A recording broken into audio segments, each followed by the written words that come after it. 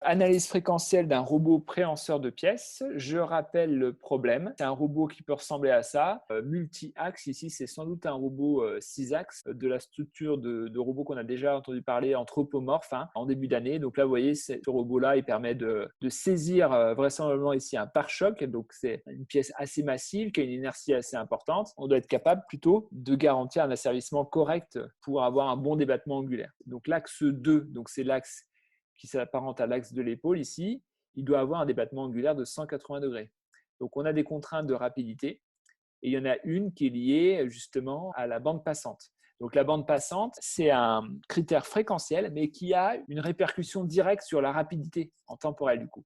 Plus un système a une bande passante élevée, que ce soit en boucle ouverte ou en boucle fermée d'ailleurs, et bien plus il sera rapide. Donc on peut simplement donner des critères de rapidité en temps de réponse mais également en bande passante. On n'a pas du tout fait le modèle, le modèle qu'il est déjà réalisé, hein, donc là on est plutôt dans la compétence de résolution en fait, hein, pour vérifier le critère du cahier des charges. Donc on vous donne le comportement du système asservi, on vous donne la boucle ouverte, c'est égal à ça. On remarque qu'on a un produit d'un gain, d'un intégrateur et puis d'un premier ordre. Paramètre d'entrée, c'est la consigne de position angulaire. Le paramètre de sortie, c'est la position angulaire, la réponse correspondante qu'on peut appeler angle réel du bras. Et on peut aussi s'intéresser à la stabilité du système. Ça, c'est des choses qu'on verra plutôt en deuxième année, à amener à caractériser d'un point de vue fréquentiel la boucle ouverte. Mais ça peut nous permettre aussi de vérifier les critères de rapidité. Alors, la première étape qu'on a vue dans le cours, c'est de faire une décomposition de la fonction transfert. Avant de faire ça, il faut d'abord commencer par mettre sous forme canonique. Alors, pour mettre sous forme canonique, c'est très simple ici, il faut s'assurer que polynôme au numérateur ou dénominateur, terme constant égal à 1. Donc là, c'est le cas, il faut factoriser par 0,4, multiplier par 0,4 ou diviser numérateur et dénominateur par 0,4. D'accord? Donc là, on a gagné parce qu'au numérateur, hein, c'est comme si on avait ici fois 1. D'accord? Donc là, j'ai bien un polynôme de degré 0 et puis égal à 1. Et là, j'ai un polynôme de degré 1 avec un terme constant égal à 1. Donc ça, c'est mon gain statique. K, en fait, on va le retrouver ici, le K. Donc pensez bien à faire cette étape et puis le taux trouvé ici. Donc là, on a plusieurs possibilités, hein, de décomposition. On peut décomposer en 3 fonctions de transfert. On peut faire un gain pur, un intégrateur pur, du coup, avec un gain unitaire, et puis un premier ordre avec un gain unitaire. Après, moi, ce que je vous conseille, c'est le gain pur, le gain statique. Du coup, c'est plutôt intéressant de l'inclure avec l'une ou l'autre des 2 fonctions de transfert. Donc finalement, on se retrouve avec un produit de 2 fonctions de transfert élémentaires. Donc on a plusieurs possibilités. Il faut en choisir une. Moi, je vous conseille souvent de faire ça, c'est-à-dire que le gain statique, de le mettre avec l'intégrateur. Et puis, du coup, là, on se retrouve avec un premier ordre unitaire, ce qui est plus facile à gérer par la suite. Conseil de poser 2 fonctions de transfert que vous nommez de manière arbitraire, mais logique, H1 et H2, dans l'ordre que vous voulez. Moi, j'ai choisi que H1, c'était l'intégrateur et H2, c'était le premier ordre. Ensuite, ce qu'il faut savoir, c'est que pour la suite, il faut que pour chaque fonction de transfert élémentaire, vous ayez une pulsation caractéristique. Vous pouvez éventuellement en avoir plusieurs. Mais généralement, il y en a une seule qui va servir par fonction de transfert élémentaire.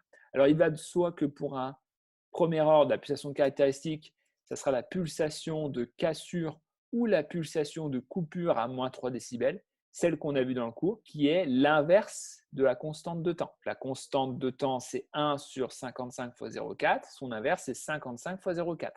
Donc, cette pulsation de coupure est égale ici à 22 radians par seconde. Comme je vous l'ai précisé dans la vidéo, on essaie de lui donner un nom explicite. Moi, je vous conseille de mettre en indice le même indice que vous avez choisi pour votre décomposition. Après, tout ça, bien sûr, c'est complètement arbitraire, c'est vous qui choisissez. Pour l'intégrateur, on a 2 possibilités. La première possibilité, c'est celle que j'ai précisée ici. On peut utiliser la pulsation de gain nul. On sait que pour un intégrateur, la pulsation de gain nul, c'est le gain. C'est-à-dire c'est la valeur de la pulsation en laquelle le gain est égal à 0 en décibels. Ça peut se montrer facilement, hein. Si vous remplacez du coup oméga 1 par K, là j'aurai K sur K, parce que le module K, au final, c'est K. Donc j'aurai une fonction de transfert égale à 1, et le gain d'une fonction de transfert égale à 1, c'est 0. Donc en oméga égale K, j'ai bien un gain nul. Donc ça veut dire que ça nous donne une sorte d'abscisse à l'origine du lieu de transfert en gain de la fonction de transfert. C'est-à-dire c'est la valeur de la pulsation en laquelle le gain en décibels vaut 0. Et on sait que pour un intégrateur, on a une pente de moins 20 décibels par décade. Donc si vous avez un point et une pente, vous savez tracer le diagramme de Bode. On part aussi du principe qu'on sait tracer les diagrammes de Bode asymptotiques de ces fonctions de transfert-là. D'accord? C'est-à-dire que ce n'est pas la peine de refaire les démonstrations qu'on a pu voir ensemble dans le chapitre 2. Il faut connaître les résultats. en fonction du coup de la forme canonique. Si vous connaissez la forme canonique et les valeurs des coefficients de la forme canonique, vous êtes capable de donner le tracé asymptotique. Pas besoin de refaire la démonstration à chaque fois. Et ça pour chaque fonction de transfert élémentaire, que ce soit premier ordre, deuxième ordre, gain, intégrateur. L'étape d'après que vous avez dû voir dans le cours, c'est le classement des pulsations caractéristiques. Donc ici, on a deux pulsations caractéristiques. On a fait l'application numérique juste avant, 137,5 et 22. Donc oméga 2 est bien plus petit qu'oméga 1. Ça va donc nous aider à construire le tableau qui va suivre. Comme j'ai expliqué dans le cours, c'est le nombre de pulsations caractéristiques et leur classement. Donc ça va me permettre de déterminer un peu la taille du tableau. Un tableau de variation dans lequel on précise des intervalles. Si on a deux pulsations caractéristiques, ben, j'aurai trois intervalles. Du coup, j'aurai un intervalle de 0 à oméga 2, un intervalle de oméga 2 à oméga 1 et un intervalle de oméga 1 à plus l'infini. Il faut savoir le nombre de colonnes et de lignes qu'on va avoir. Alors déjà, c'est facile. Le nombre de lignes, c'est le nombre de fonctions de transfert élémentaires qu'on a, donc H1, H2, puis on rajoute HBO qui est le produit de H1 et H2. Et puis à cela s'ajoutent, vous voyez, deux lignes au-dessus pour préciser les intervalles et puis les grandeurs qu'on va tracer sur chaque intervalle. Sur chaque intervalle, on va donner deux colonnes, une qui caractérise le gain et l'autre la phase. D'accord ? Donc en fait, finalement, on a trois intervalles, donc ça va nous faire 6 colonnes. Et puis à la jonction entre chaque intervalle, vous vous rappelez ce que j'ai précisé dans la vidéo que vous avez dû visionner, on précise ce qui va se passer en la pulsation caractéristique donnée. Je rappelle, ce tableau de variation, il va nous permettre de caractériser le comportement asymptotique. C'est écrit là, le tracé asymptotique. C'est-à-dire que c'est en aucun cas ce qui se passe sur le tracé réel. Donc là, il n'y a pas du tout de moins 3 décibels ou autre chose. C'est vraiment les tracés asymptotiques. Donc, ce qui caractérise des tracés de droite en gros, parce que sur les tracés asymptotiques, pour les fonctions de transfert élémentaires qu'on a pu voir ensemble, ce ne sont que des droites qui sont horizontales ou obliques, que ce soit en gain ou en phase. Alors en phase, c'est même encore plus simple, puisque les droites ne sont que horizontales. Donc on n'a pas besoin de préciser les pentes. C'est pour ça que pour les phases, je précise que des valeurs. Ça sous-entend, vu que c'est asymptotique, que les phases, elles sont toutes horizontales. Pour le gain, j'ai besoin de deux informations. Vu que ça peut être des droites obliques ou horizontales, donc on précise la pente sur chaque intervalle. Et puis, pour pouvoir tracer une droite, il me faut la pente et un point de passage. Sur un graphe, en fonction de n'importe quelle grandeur physique, bon là en l'occurrence, nous on essaie de tracer quelque chose qui dépend de oméga. Mon oméga, ça sera un W. Si je connais une pente, ça veut dire que je choisis comment ma droite elle se trouve. Par contre, si j'ai que l'information de la pente, ma droite, elle peut bouger n'importe où. Pour savoir où elle se situe, ma droite, il faut que j'ai un point de passage. C'est vous qui choisissez. Il peut être là, il peut être là. Sinon, l'autre possibilité, c'est d'avoir deux points de passage et pas la pente. Ça marche aussi. Généralement, pour les tracés asymptotiques, nous, on aura la pente et un point de passage. Il en faut au moins un seul. Donc, en fait, l'idée, c'est qu'à la fin, on aura des pentes sur chaque intervalle. Donc, il faudra bien qu'on vérifie à la fin qu'on ait au moins un point de passage. Si on n'en a pas, on ne pourra pas tracer le diagramme de Bode. Alors, l'autre postulat qu'on va faire, c'est que le tracé asymptotique en gain, il est bien continu. Il ne sera jamais discontinu. Il n'y a besoin que d'un seul point de passage. Parce que si j'ai un point de passage, donc par exemple, j'ai tracé ce truc-là, je sais qu'à partir d'un moment, je vais partir avec une autre pente. J'ai un point de passage, j'ai pu passer ça. Je sais qu'au bout d'un moment, je vais partir du point par continuité qui est là. Donc, ça veut dire qu'après, je vais repartir avec une autre pente. Si par exemple, j'ai une pente, je ne sais pas, positive, voilà, je pars comme ça, et ainsi de suite. Donc, vous voyez, il suffit d'avoir un des trois points de passage au départ, et après, par continuité, si je connais toutes les autres pentes, je pourrais tracer mon diagramme de Bode complet. Et là, on va voir que sur ma première hypothèse, ça ne fonctionnera pas. Donc, il faudra revenir dessus. Alors, on va commencer par le gain.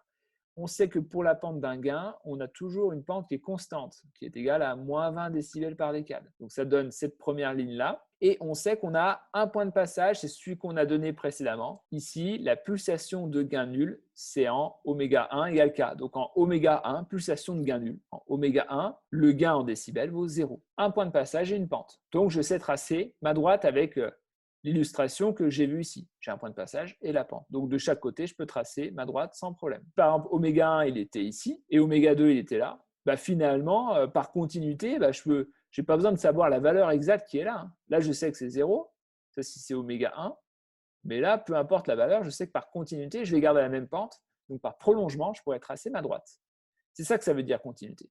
Ça veut dire que je sais que par prolongement, je pourrais obtenir mon tracé. Et après, la phase, c'est très simple, à moins 90 degrés. Le gain du premier ordre, diagramme de Bode d'un premier ordre, si je le trace en asymptotique, vous avez quelque chose comme ça. En la cassure ou en la coupure, à moins 3 décibels, un surtaux, quoi. Voilà, donc en oméga 2. Le 0, c'est parce qu'on a un gain unitaire. Donc, ça veut dire qu'ici, on a bien 0 en gain. En la cassure, j'aurai ce point-là. c'est un point de passage également. Mais un point de passage pour les deux branches asymptotiques, qui est commun aux deux branches asymptotiques. Donc, je sais qu'à gauche, j'ai une pente nulle, j'ai une droite horizontale. Le 0, là, ce n'est pas une pente, hein, c'est la valeur du gain ici.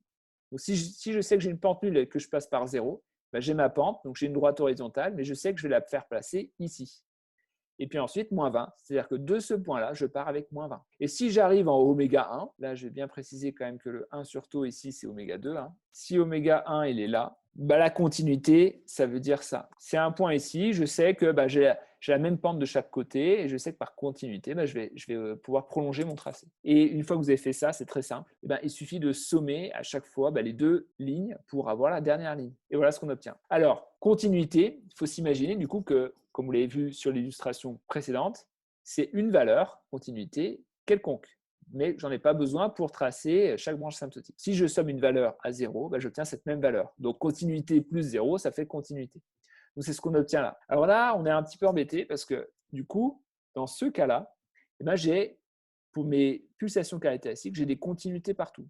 Ça veut dire que sur chaque intervalle, j'ai mes pentes, mais je n'ai aucun point de passage. Le tableau de variation ne me donne que les pentes, mais je ne pourrais pas tracer le diagramme de gain. La dernière ligne est problématique car on n'a aucun point de passage. Alors, on peut éventuellement utiliser un point de visée. C'est ce que je vais vous montrer. Le point de visée, c'est de dire qu'en regardant le tableau, on remarque que sur le premier intervalle, finalement, vu qu'ici j'ai 0 partout, donc j'ai une pente de 0 puis j'ai un point de passage nul, le tracé total va correspondre à ce tracé-là. Et je sais que ce tracé-là, il va viser ce point-là. Donc ça veut dire que je pars du principe que sur la première partie de mon tracé asymptotique, j'aurai ce point-là et je vais en déduire ce point par continuité avec la visée par ce point-là. Donc c'est ce que je vais illustrer juste après. Donc là, on peut partir du diagramme de Bode vierge que j'ai fourni sur le tracé. Voilà ce qu'on obtient. En réalité, le point de visée, l'idée, c'est ça. En fait, j'ai tracé le diagramme complet de l'intégrateur, ce que j'ai tracé en rouge avec mon point de visée qui est là. Mais ce point de visée-là, finalement, si on revient sur le tableau précédent, finalement, on ne le voit pas au global. C'est une sorte de point virtuel pour faire le tracé. Donc, c'est ce qu'on obtient là. Et on sait que le diagramme asymptotique complet, bah, il va avoir le comportement de l'intégrateur jusqu'à oméga 2. Donc, ce que j'ai dessiné en rouge, finalement, c'est que l'intégrateur. Et puis, bah, je sais qu'en pointillé, donc le tracé asymptotique global de HBO, bah, ça va être la même chose que le rouge jusqu'à oméga 2. Et la continuité, finalement, c'est le point qu'on a là. D'accord. Donc, dans le tableau, le continuité, c'est ça. Donc, ça, c'est une première possibilité. Après, une fois qu'on a ce point-là, on part avec moins 40 décibels par décade. Je suis bien parti avec moins 20, on peut refaire la mesure. L'idée, c'est plutôt de partir de ce point-là, hein, cette pulsation, hein, oméga 1 qui valait 137,5. Voilà, donc moi, c'est ce que j'ai posé à peu près à 137,5. Puis après, je pars avec plus ou moins 20 de chaque côté. Et puis, en fait, à oméga 2, bah, j'ai mon point là. Et là, en fait, après, on part avec moins 40. Donc là, j'étais à peu près à 15. Hein, donc, alors 15 moins 40, ça fait moins 25. D'accord. Donc, moins 25, on va être par là. Et puis, bah, c'est là que j'ai une décade par rapport à cette valeur-là. Et puis là, vous voyez, le tracé asymptotique en phase, il n'y a aucun problème, celui-là. Ça, c'est la première possibilité. Alors, autre possibilité, c'est de choisir une autre pulsation caractéristique pour l'intégrateur. Pour l'intégrateur, on sait qu'on a la pulsation de gain nul qui est égale à K, mais on sait que si on prend oméga égale 1, eh ben, le gain va valoir 20 log de K. Hein, si on remplace P par J oméga, puis qu'on remplace oméga par 1, ben on aura K sur J. Module de K sur J, c'est K. Donc, le gain 20 log du module, c'est 20 log de K. Voilà, si on fait l'application numérique, hein, avec la valeur de K qui vous était donnée, on trouve 42,8 décibels. Donc, ça me fait un point de passage. Je sais qu'en oméga 1, le gain de l'intégrateur va valoir 42,8. Et là, il se trouve que vous voyez, ça inverse finalement le classement pulsation. Et après, on reconstruit un nouveau tableau. Mais cette fois-ci, on va inverser oméga 1, oméga 2. Précédemment, on avait oméga 2 inférieur à oméga 1. Là, c'est oméga 1 inférieur à oméga 2. Donc, ça donne ça. Le tableau fait la même taille, sauf que vous voyez, j'ai inversé les deux colonnes, oméga 1, oméga 2. Et là, on refait pareil, sauf que cette fois-ci, voilà, en oméga 1, je ne suis plus à 0 comme tout à l'heure, mais là, je suis à 42,8. Parce qu'oméga 1, il vaut 1 radian par seconde. J'ai toujours continuité ici. Pour la deuxième fonction transfert, c'est la même chose que tout à l'heure, sauf que là, oméga 2, voilà, il est tout à droite du tableau, donc je vais avoir 0 partout jusqu'à oméga 2. Et là, cette fois-ci, quand je somme les deux lignes, je n'ai plus de problème. J'ai plus continuité partout. J'ai un point de passage. Ça veut dire que là, maintenant, je peux lire mon tableau directement. Il n'y a plus d'histoire de point de visée, c'est plus facile pour faire le tracé asymptotique. Et donc, on va obtenir le tracé suivant. Donc, on va partir en oméga 1 qui vaut 1, donc 10 puissance 0. et on va partir à peu près 43. Donc, ça veut dire qu'on va partir de la gauche ici du diagramme de Bode. Donc là, c'est là qu'il faut passer 43. On le place ici et après, on part avec une pente de moins 20 jusqu'à aller à oméga 2. Et quand on arrive à oméga 2, par continuité, c'est ce qui est précisé là, oméga 2 par continuité, on était à moins 20, on va passer à moins 40. Et ensuite, on peut, vous voyez, superposer le tracé réel. Bon, alors voilà, j'ai tracé avec un outil numérique. Après, sinon, on pourrait se donner, pareil, des points particuliers. Alors là, j'ai rajouté le point de visée, mais ça n'a pas d'importance. On sait juste qu'ici, on aura moins 3 décibels. Enfin, la différence entre le diagramme asymptotique et le diagramme réel, ça sera moins 3 décibels. Parce que, alors, on sait que le diagramme asymptotique d'un intégrateur, c'est le même que le diagramme réel. Et donc, du coup, ça veut dire que la différence qu'on aura, elle va uniquement provenir du premier ordre. Et là, pour la phase, on a une fonction arctangente qui dépend de la valeur de taux. Enfin, la courbure de la fonction dépend de la valeur de taux. Donc, il faudrait qu'on ait des points de passage. Le seul qu'on a avec certitude, c'est ici. On sera à moins 135 degrés ici. C'est-à-dire en oméga égale oméga 2, on aura à moins 135 degrés parce que c'est la pulsation de coupure ou de cassure du premier ordre. Et on sait qu'en cette pulsation-là, la phase vaut moins 45 degrés uniquement pour le premier ordre, sachant que l'intégrateur a une phase constante égale à moins 90. Moins 90, moins 45, ça fait bien moins 135 degrés. Pour conclure sur cet exemple-là, on peut peut-être juste revenir sur cahier des charges. Qu'est-ce qu'on peut faire avec ce tracé-là? Alors, sur ce tracé-là, on va parler de bande passante. La bande passante est précisée sur le diagramme d'exigence. On nous dit qu'on veut une bande passante à moins 3 décibels qui doit être supérieure à moins 15 radians par seconde. Il suffit de tracer une droite horizontale passant par moins 3 décibels, tu es à peu près par là, et donc la bande passante à moins 3 décibels, plage de pulsation en laquelle le gain est supérieur à moins 3 décibels. Donc, ça va correspondre en fait à cette plage ici. La bande passante, voici la bande passante à moins 3 décibels. Si on fait la mesure, on va trouver à peu près, alors ici on était à 10, là 100, donc là ça veut dire qu'on est à 90, 80, 70. On est entre 60 et 70, autour de 65, sachant qu'on est chez logarithmique, donc il faut se méfier un petit peu. On serait sans doute un petit peu en dessous de 65, je dirais 62, mais sans vraiment de précision, autour de en tout cas un peu plus de 60. On peut même dire au-delà de 60, parce que pour répondre au cahier des charges, ça sera amplement suffisant, puisqu'on veut une bande passante, si on revient au cahier des charges, supérieure à 15 radians par seconde. Donc, ça veut dire que le critère de rapidité a bien été vérifié. Et là, vous voyez, le tracé asymptotique, finalement, il nous suffit dans ce cas-là.